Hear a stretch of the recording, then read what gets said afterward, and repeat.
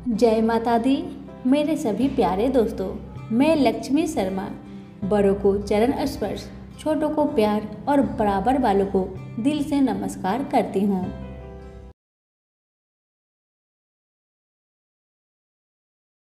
आज नवरात्रि के चौथे दिन श्री दुर्गा सप्तशती पाठ का 5वां, 6वां, 7वां और 8वां इन 4 अध्याय का पाठ करना चाहिए।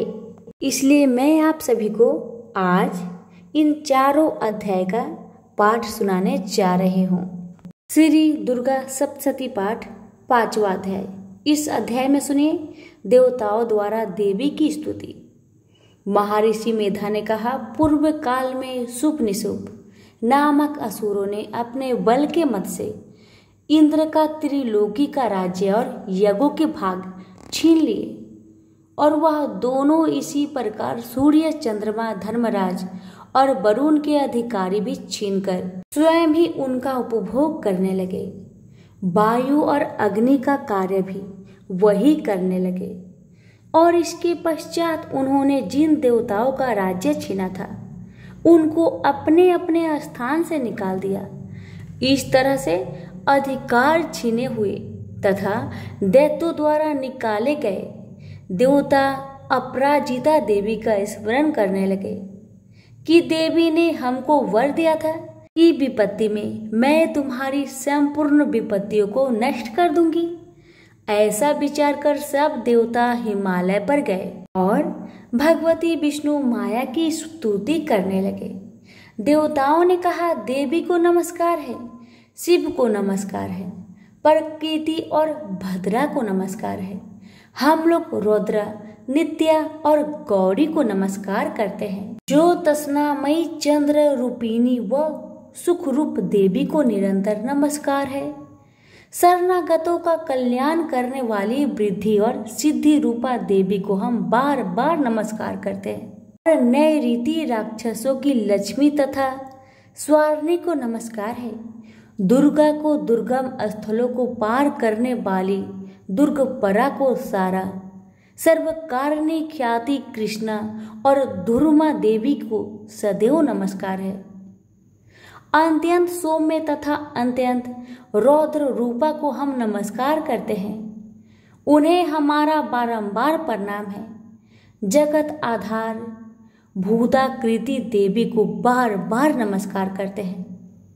जिस देवी को प्राणी मात्र विष्णु माया कहते हैं उनको नमस्कार है, उनको नमस्कार है। जो देवी संपूर्ण प्राणियों में चेतना कहलाती है उसको नमस्कार है, उसको नमस्कार है, उसको नमस्कार है।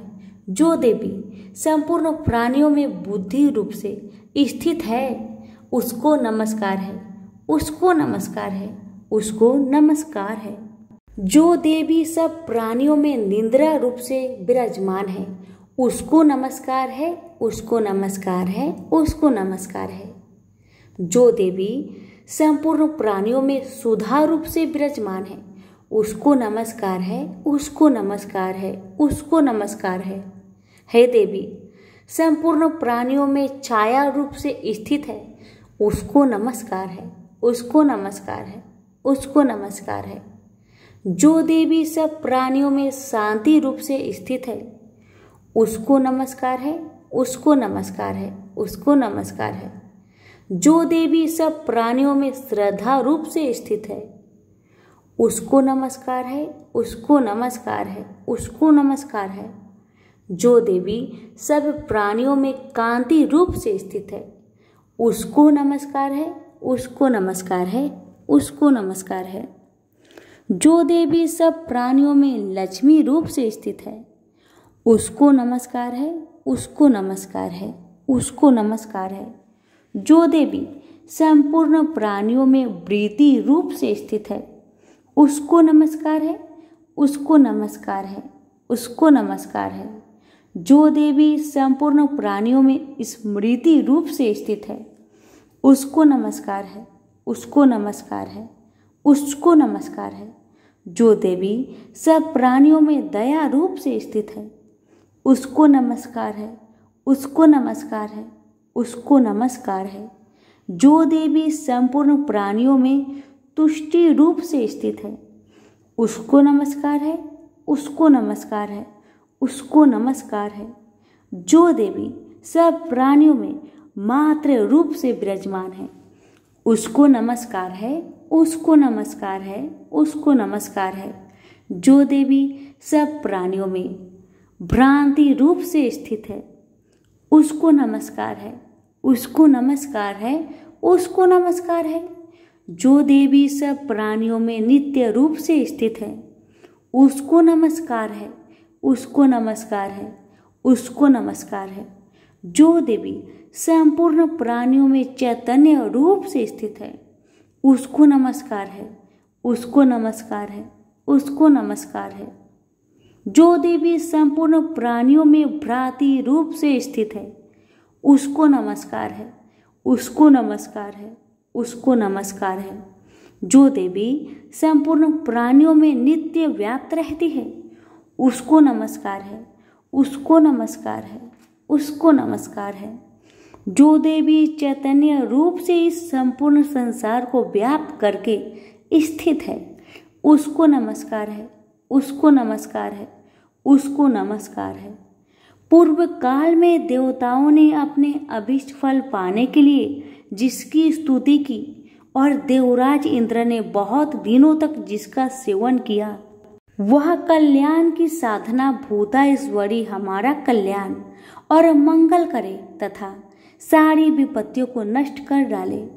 असुरों के सताए हुए हम संपूर्ण देवता उस परमेश्वरी को इस समय नमस्कार करते हैं तथा जो भक्ति पूर्वक स्मरण किए जाने पर तुरंत ही सब विपत्तियों को नष्ट कर देती है, वह जगदम्बा इस समय भी हमारा मंगल करके हमारी विपत्तियों को दूर करे।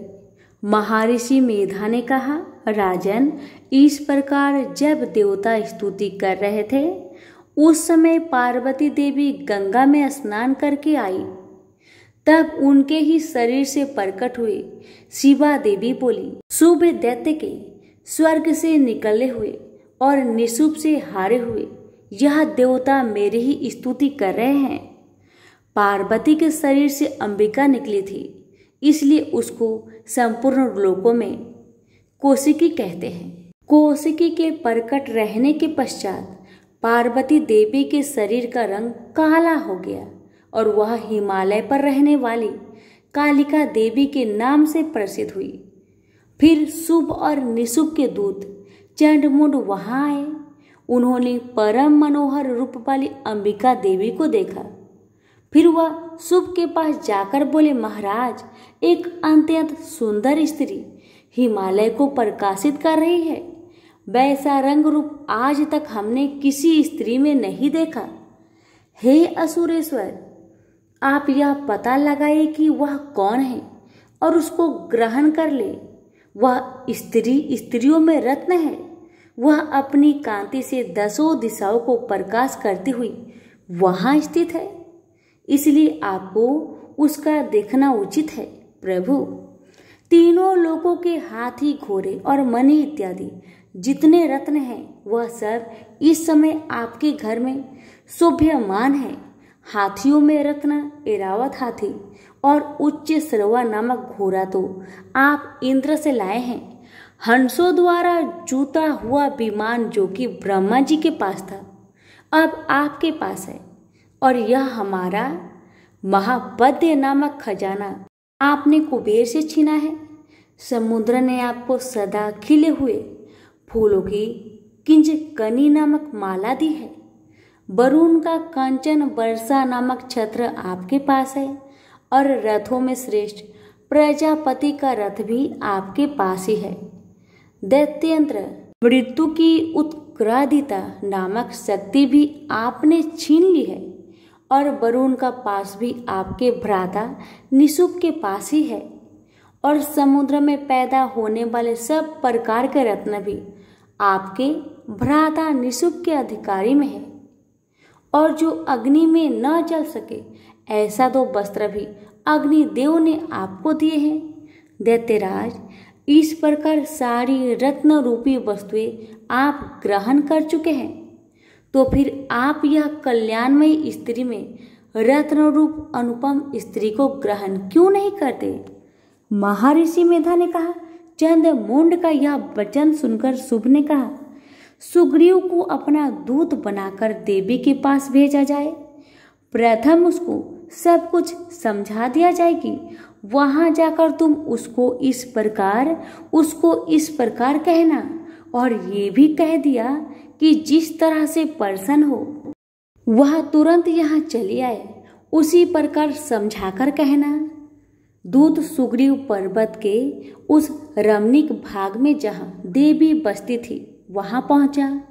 दूत ने कहा, हे देवी, दैत्य का राजा शुभ जो इस समय तीनों लोकों का स्वामी है, मैं उसका दूत हूँ और यहाँ तुम्हारे पास आया हूँ। संपूर्ण देवता उसकी आज्ञा एक स्वर से मानते हैं।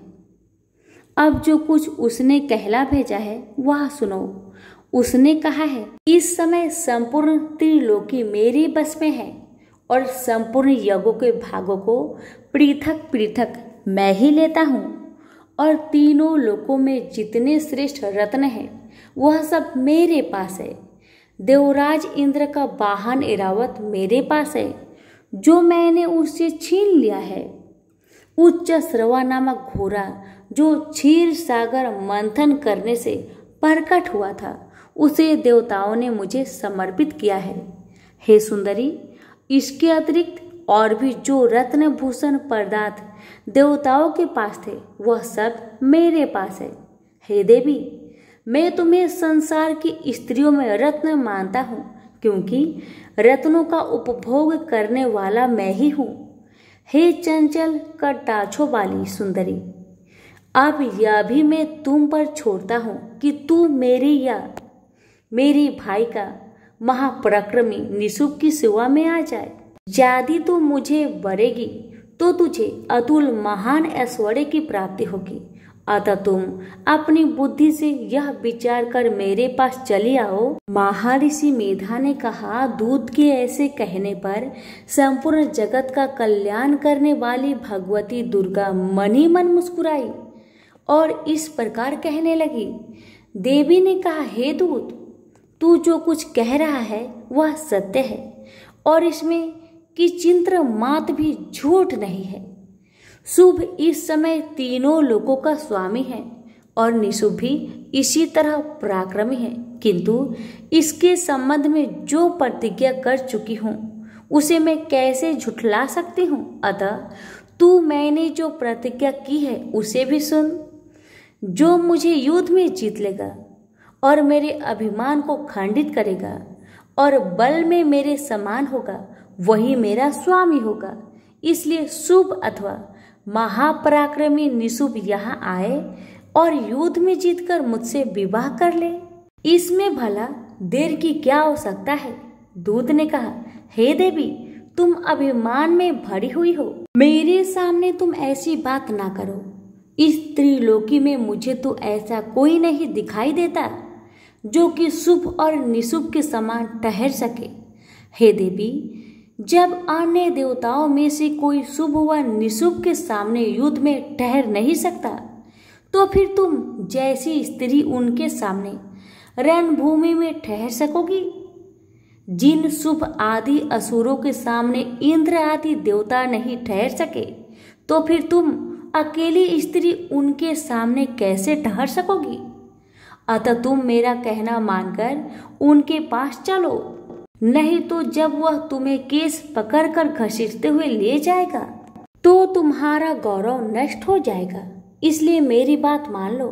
देवी ने कहा, जो कुछ तुमने कहा ठीक है। शुभ और निशुभ बड़े बलवान हैं, लेकिन मैं क्या कर सकती हूँ, क्योंकि मैं बिना विचारे प्रतिज्ञा कर चुकी हूँ। इसलिए तुम जाओ और मैंने जो कुछ कहा है वह सब आदर पूर्वक असुरेंद्र से कह दो। इसके पश्चात जो वह उचित समझे कर ले। प्रेम से बोलिए जगदम्बा माता की जय। यहीं पर हमारी श्री दुर्गा सप्तशती पाठ 5वां अध्याय समाप्त हुआ। अब सुनेंगे 6ठा अध्याय। इस अध्याय में सुनेंगे धूम्र लोचन वध। महर्षि मेधा ने कहा। देवी की बात सुनकर दूत क्रोध में भरा हुआ वहां से असुरेंद्र के पास पहुंचा और सारा वृत्तांत उसे कह सुनाया। दूत की बात सुन असुरेंद्र के क्रोध का परवार ना रहा और उसने अपने सेनापति धूम्रलोचन से कहा, धूम्रलोचन, तुम अपनी सेना सहित शीघ्र वहां जाओ और उस दुष्टा को केसों से पकड़कर घसीटते हुए यहाँ ले आओ। यदि उसकी रक्षा के लिए कोई दूसरा खड़ा हो, चाहे वह देवता, यक्ष अथवा गंधर्व भी क्यों ना हो, उसको तुम अवश्य मार डालना। महर्षि मेधा ने कहा। शुभ के इस प्रकार आज्ञा देने पर धूम्रलोचन 60,000 राक्षसों की सेना को साथ लेकर वहां पहुंचा और देवी को देख ललकार कर कहने लगा, अरे तू अभी शुभ और निशुभ के पास चल। यदि तू प्रसन्नता पूर्वक मेरे साथ न चलेगी तो मैं तुझे केसों से घसीटता हुआ ले चलूंगा। देवी कहने लगी, असुरेंद्र का भेजा हुआ तेरे जैसा बलवान यदि बलपूर्वक मुझे ले जाएगा तो ऐसी दशा में मैं तुम्हारा क्या कर सकती हूँ। महर्षि मेधा ने कहा। ऐसा कहने पर धूम्रलोचन उसकी ओर लपका, किंतु देवी ने उसे अपने हुक्कार से ही भस्म कर डाला। यह देखकर असुर सेना क्रोध होकर देवी की ओर बढ़ी, परंतु अंबिका ने उन पर तीखे बाणों, शक्तियों तथा फरसों की वर्षा आरंभ कर दी। इतने में देवी का वाहन भी अपनी ग्रीवा के बालों को झटकता हुआ और बड़ा भारी शब्द करता हुआ असुर सेना में कूद पड़ा। उसने कई असुर अपने पंजे से, कई अपने जबरों से और कई को धरती पर पटक कर अपनी दांतों से घायल करके मार डाला। उसने कई असुरों के अपने नखों से पेट फाड़ डाले और कई असुरों को तो केवल थप्पड़ मारकर सिर धड़ से अलग कर दिया। कई असुरों की भुजाएं और सिर तोड़ डाले और गर्दन के बालों को हिलाते हुए उसने कई असुरों को पकड़कर पेट फाड़कर उनका रक्त पी डाला। इस प्रकार देवी के उस महाबलवान सिंह ने क्षण भर में असुर सेना को समाप्त कर दिया। शुभ ने यह सुना कि देवी ने धूम्रलोचन असुर को मार डाला है और उसके सिंह ने सारी सेना का संहार कर डाला। तब उसको बड़ा क्रोध आया। उसके मारे क्रोध के ओठ फड़कने लगे और उसने चंड और मुंड नामक महाअसुरों को आज्ञा दी, हे चंड, हे मुंड, तुम अपने साथ एक बड़ी सेना लेकर वहां जाओ। उस देवी के बाल पकड़कर और बांधकर तुरंत यहाँ लाओ। यदि उसको यहाँ लाने में किसी प्रकार का संदेह हो तो अपनी सेना सहित उससे लड़ते हुए उसको मार डालो और जब वह दुष्ट और उसका सिंह दोनों मारे जाए तब भी उसको बांधकर यहाँ ले आना। प्रेम से बोलिए माँ जगदम्बा की जय। यहीं पर हमारी 6ठा अध्याय समाप्त हुआ। अब सुनिए 7वां अध्याय और 7वें अध्याय में आप सभी सुनेंगे चंड और मुंड का वध की कहानी। महर्षि मेधा ने कहा, दैत्यराज की आज्ञा पाकर चंड और मुंड चतुरंगिनी सेना को साथ लेकर हथियार उठाए देवी से लड़ने के लिए चल दिए। हिमालय पर्वत पर पहुंचकर उन्होंने मुस्कुराती हुई देवी को जो सिंह पर बैठी हुई थी देखा। अब असुर उनको पकड़ने के लिए तलवारें लेकर उनकी ओर बढ़े। तब अंबिका को उस पर बड़ा क्रोध आया और मारे क्रोध के उनका मुख काला पड़ गया। उनकी भुकुटियां चढ़ गई और उनकी ललाट में से अत्यंत भयंकर तथा अत्यंत विस्तृत मुख वाली लाल आंखों वाली काली प्रकट हुई, जो अपने हाथों में तलवार और पास ली हुई थी। वह विचित्र खड्ग धारण किए हुई थी तथा चीते के चर्म की साड़ी एवं नरमुंड की माला पहन रखी थी। उसका मांस सूखा हुआ था और शरीर के ओर हड्डियों का ढांचा था और भयंकर शब्द दिशाओं को पूर्ण कर रही थी। वह असुर सेना पर टूट पड़ी और दैत्यों को भक्षण करने लगी। वह पार्श रक्षकों, अंकुशधारी महावतों, हाथियों पर सवार योद्धाओं और घंटा सहित हाथियों को एक हाथ से पकड़ पकड़ कर अपने मुख में डाल रही थी। और इसी प्रकार वह घोड़ों, रथों, सारथियों व रथों में बैठे हुए सैनिकों को मुख में डालकर भयानक रूप से चबा रही थी। किसी के केस पकड़कर, किसी की गर्दन पकड़कर, किसी को पैरों से दबाकर और किसी दैत्य को छाती से मसलकर मार रही थी। वह दैत्य के छोड़े हुए बड़े बड़े अस्त्र शस्त्रों को मुख में पकड़कर और क्रोध में भरकर उनको दांतों से पीस रही थी। उसने कई बड़े बड़े असुर भक्षण कर डाले, कईयों को रौंद डाला और कितने उसकी मार के मारे भाग गए। कितनों को उसने तलवार से मार डाला, कितनों को अपने दांतों से समाप्त कर दिया। और इस प्रकार से देवी ने क्षण भर में संपूर्ण दैत्य सेना को नष्ट कर दिया। यह देख महापराक्रमी चंडकाली देवी की ओर लपका और मुंड ने भी देवी पर अपने भयानक बाणों की वर्षा आरंभ कर दी और अपने हजारों चक्र उस पर छोड़े। उस समय वह चमकते हुए बाण व चक्र देवी के मुख में प्रविष्ट हुई। इस प्रकार दिख रहे थे जैसे मानो बहुत से सूर्य मेघों की घटा में प्रविष्ट हो रहे हो। इसके पश्चात भयंकर शब्द के साथ काली ने अत्यंत जोश में भरकर विकट अट्टहास किया। उस समय उसका भयंकर मुख देख न जाता था और उसमें से उसके श्वेत दांत दिखाई दे रहे थे। फिर उसने तलवार हाथ में लेकर हू शब्द कहकर उसके ऊपर आक्रमण किया और उसके केस पकड़कर उसका सिर काटकर अलग कर दिया। चंड को मरा हुआ देखकर मुंड देवी की ओर लपका, परंतु क्रोध में भरकर उसे भी अपनी तलवार से यमलोक पहुंचा दिया। चंड और मुंड को मरा हुआ देखकर उसकी बाकी बची हुई सेना वहां से भाग गई। इसके पश्चात काली चंड और मुंड के कटे हुए सिरों को लेकर चंडिका के पास गई और प्रचंड अट्टहास के साथ कहने लगी, ले देवी, चंड और मुंड दो महादैत्यों को मारकर तुम्हारी भेंट कर दिया। अब शुभ और निशुभ को तुमको स्वयं वध करना है। महर्षि मेधा ने कहा।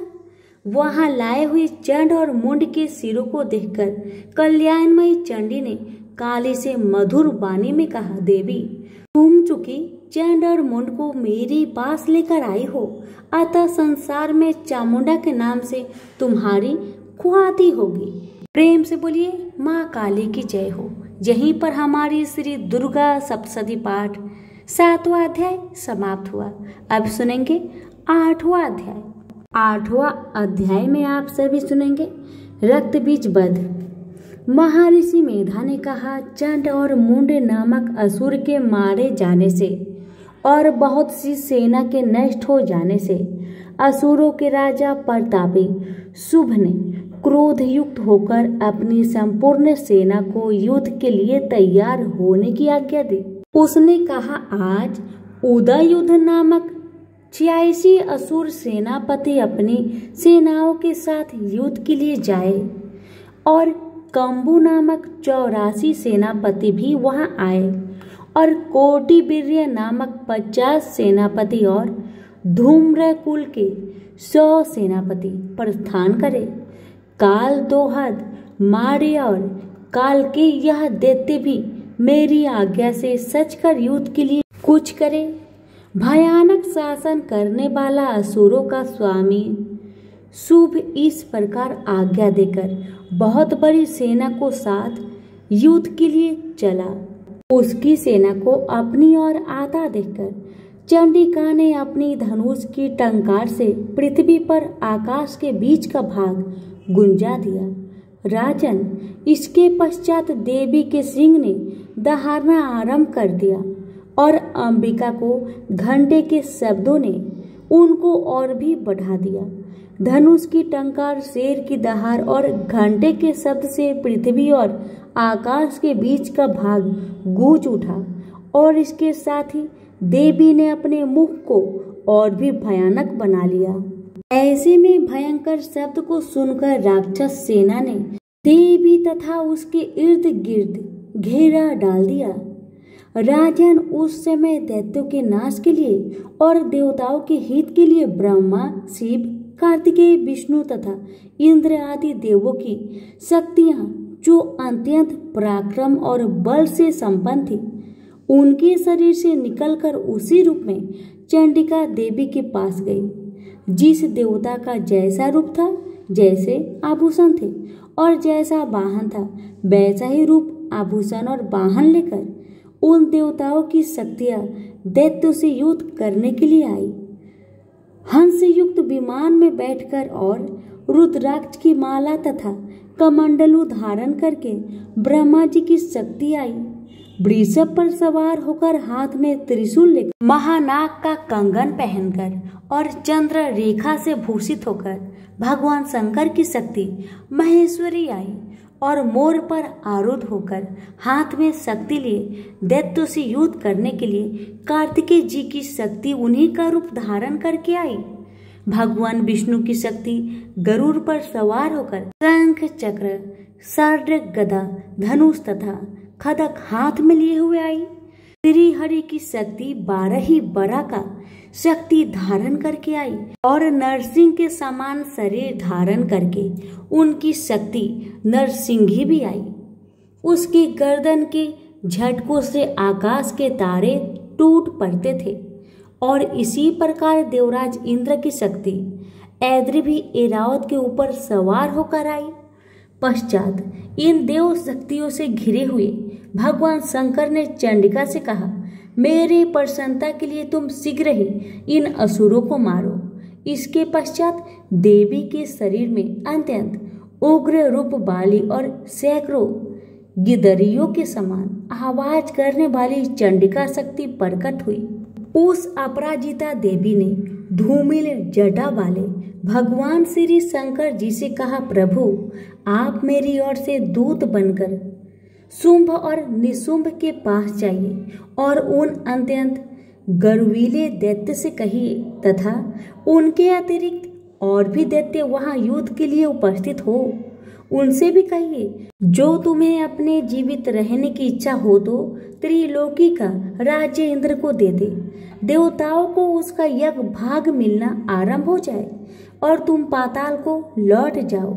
किंतु यदि वल के गर्भ से तुम्हारी लड़ने की इच्छा हो तो फिर आ जाओ, तुम्हारे मांस से मेरी योगिनियों का तृप्त होगी।